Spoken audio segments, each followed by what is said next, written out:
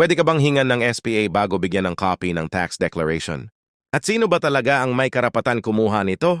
Una, tandaan natin, ang tax declaration ay public document. Pero dahil may personal information doon, gaya ng pangalan at address ng owner, pumapasok ang Data Privacy Act. Attorney Engineer Technical at Legal Tips. So sino ba ang pwedeng kumuha ng hindi na kailangan ng SPA? Registered owner. Here's kung patay na ang owner, co-owner. Authorized representative na may valid ID ng owner, pero kung hindi ikaw ang may-ari, hindi ka heir, at wala kang legal interest, doon ka hihinga ng SPA. Tandaan, hindi ito pangabala. Ginagawa ito para protektado ang identity at privacy ng real property owner. May mga LGU na nagbibigay kahit without SPA.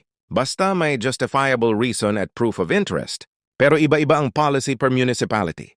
Kung ayaw ka bigyan at tingin mo unreasonable, pwede kang mag-request ng written denial para alam mo basehan nila. Gusto mo pa ng ibang legal tips tulad nito? Follow GC Land Surveying.